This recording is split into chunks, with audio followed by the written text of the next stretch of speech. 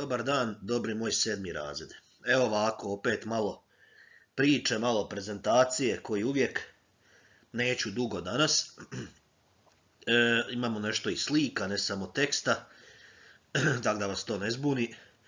A današnji naslov je Kultura u Hrvatskoj na prelazu stoljeća. To se misli na prelazu iz 19. u 20. stoljeće ili vijek. Kao što znate, mi smo sad u tom periodu, jel? Pa idemo, ajde nešto reći malo o tome. Napokon jedna normalna tema. Vjerujem da ste navikli do sad samo ratovi, bitke, savezi, vamo tamo, ali ovo je nešto posebno drugo, nešto drugčije što vjerojatno možda i više volite. Tako da malo neke ljepše teme, to je kultura, umjetnost, znanost i sport, nešto o tome. Evo ovako, u to vrijeme je Hrvatskom vladao ban Kuen Hedervari koji je bio Mađar i promicao mađarizaciju.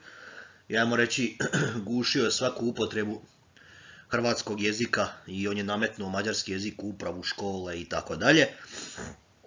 Eto, da ste se školovali u njegovo vrijeme, morali bi učiti prisilno mađarski jezik, da ovako imate izborni predmet, jel? Onako bi morali učiti mađarski, htjeli ne htjeli. Hrvatski i srpski bi bio u drugom planu. Evo ovako, ključna osoba na području kulture je Izidor Kršnjavi se zove, malo čudnog imena i prezimena, ali on je bio ministar u Kuenovoj vladi koji je poticao i promovirao kulturu, osnivao razne udruge, kulturne, gradio škole, otvarao škole, institucije, ostale i tako dalje. On je bio najznačajniji za to, ajmo reći. Likovna umjetnost, ono jako lijepo, znači sigurno volite crtat, slikata i vjerujem da lijepo crtate i slikate, naravno za razliku od mene, a isto tako vjerujem da volite i gledati slike neke, možda vam je nastavnica Dajana pokazivala, sigurno je u likovnoj umjetnosti imamo evo neke najpoznatije slikare koje sam ja ovdje izdvojio, ona je čula za sve njih sigurno. To su Vlaho Bukovac, Oton Iveković i Slava Raškaj. Nešto ću o njima više kasnije na slikama reći, idućim slajdovima. Što se tiče kiparstva, ovaj čovjek Ivan Meštrović ne samo da je najpoznatiji kipar u Hrvatskoj u tom periodu i dan danas je najznačajniji možda i općenito u svijetu je bio značajan. Jer on je u svijetu djelovao, u Americi je pravio mnogobrojne skulpture po trgovima, isto ću vam pokazati slike. Radio je u svim mogućim gradovima u okolici, ima poneka njegova skulptura, konkretno evo u Crnoj Gori ima mauzolej jednom crnogorskom vladaru Njegošu napravljen, on je napravio u Beogradu spomenik neznanom junaku, kipove Nikole Tesle je lik radio na svim mogućim lokacijama u okolici gdje je mogao, jedan svjetski poznati kipar. Što se tiče glazbe ili muzike, evo ovako, tu su se isticali Milka Trnina i Ivan Zajic. Znam da se danas sluša neka druga muzika. Jasno, u tom periodu su oni bili, ajmo reći, popularni, a Ivan Zajic je skladao najpoznatiju hrvatsku operu 1876. Koja se zove Nikola Šubić Zrinski. To je najpoznatija hrvatska opera. A vi se svi sjećate koja je, to sam vas pitao, koja je prva hrvatska opera od Vatroslava Lisinskog Ljubav i zloba. Tako, to se sjećate sigurno. Ali eto, ovo je neka najpoznatija, najslušanija tada. Što se tiče književnosti, vjerujem da ste kod vaših nastavnica čitali brojne lektire. Sad, da li ste od ovih pisaca ili ne, to sad ne znam. Tu ima jako puno pisaca koje nisam ovdje naveo, poput Eugena Kumičića, Vjenceslava Novaka, Josipa Kozarca, Silvija Strahimira Krančevića i tako dalje, a ovo su neki najpoznatiji koje sam ja odlučio staviti. Antun Gustav Matoš, za njega ste sigurno čuli, Ivanu Brlić Mažuranić ste pogotovo čuli i Marija Jurić Zagorka. Sad, oni su dakle pisali što romane, što pjesme, kako to već ide, poezija i proza. Što se tiče znanosti, eto, u ove lekcije je opisana povijest ili istorija, s obzirom da je ovo naš predmet, jel, i tu se ističu dvojica, Vjekoslav Klajić i Ferdo Šišić. Oni su pisali isključivo hrvatsku nacionalnu povijest, bazirali su se na srednji vijek, dolazak Hrvata i tako dalje. A osim njih dvojice imamo još jednog, ajmo reći, povjesničara, paleontologa, koji se isticao, to je bio Dragutin Gorjanović Kramberger. On je istraživao, ako se sjećate, učili ste još u 5. nalazište neandertalaca kod Krapine. Imamo, to ću vam isto pokazati jednu fotografiju. Znači, tamo imamo nalazište neandertalaca kod Krapine i on je to otkrio prvi. To je bilo 1899. godine. Eto, godinu ne morate znati, neću tražiti od vas. Ali, eto da se zna kad je to bilo. Znači, on je prikazao javnosti i svijetu to što je pronašao. I po tome je poznat kako u Hrvatskoj, tako u svjetskim razmjerima. I naravno, uvijek je negdje sport prisutan, bitan.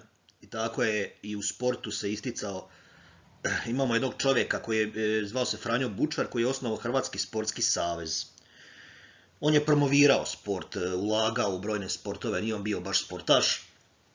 Tipa poticao je fudbal, poticao je klizanje, skijanje, rukomet, koji se sportovi u to vrijeme, ajmo reći, počeli razvijati. I po njemu se u Hrvatsku dodjeljuje nagrada najboljem hrvatskom sportašu svake godine za neki određeni uspjeh. To ću vam pokazati, ima na zadnjem slajdu, eto, na slici.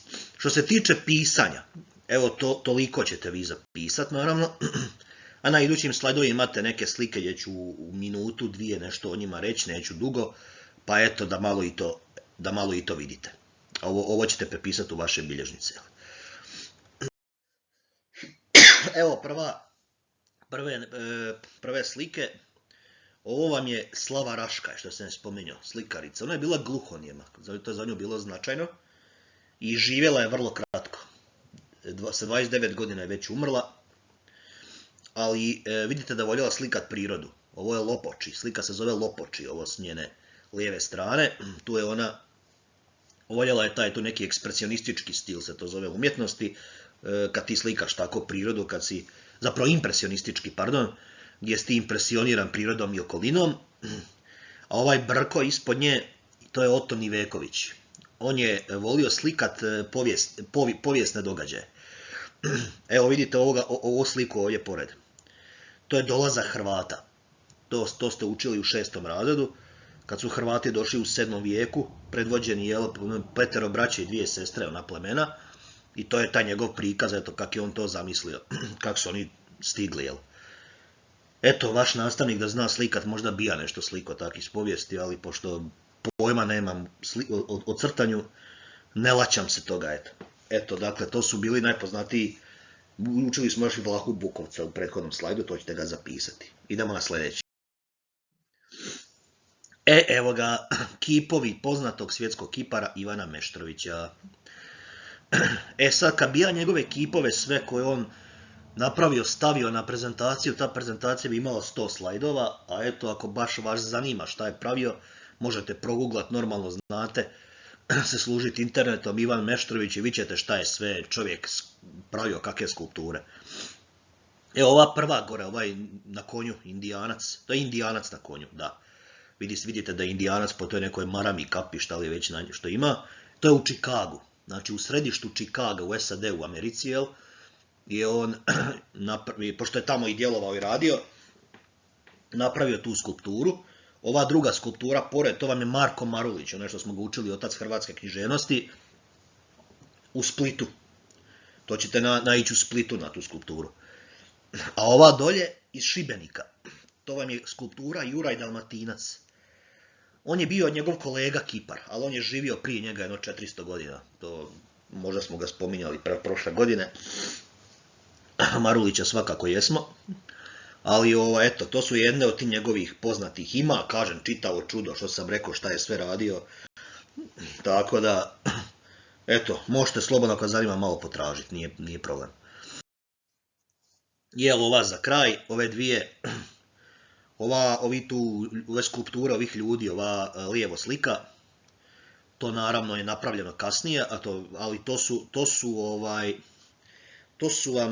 vam je iz Krapine, iz onog nalazišta, onaj Kramberger što sam ga spominjao našao, otkrio nalazište neandertalaca kod Krapine. To je kao ta skulptura i eto, bilo bi to lijepo eto da ima neka ekskurzija da možete otići to vidjeti. Naravno, te da se takva ekskurzija organizira možda u budućnosti bude, ove godine naravno nije to moguće. Tako da eto, tamo da vidite gdje su otprilike ti neandertalci živjeli, to jeste ovdje blizu nas. A ovo desno, to je nagrada Franjo Bučar.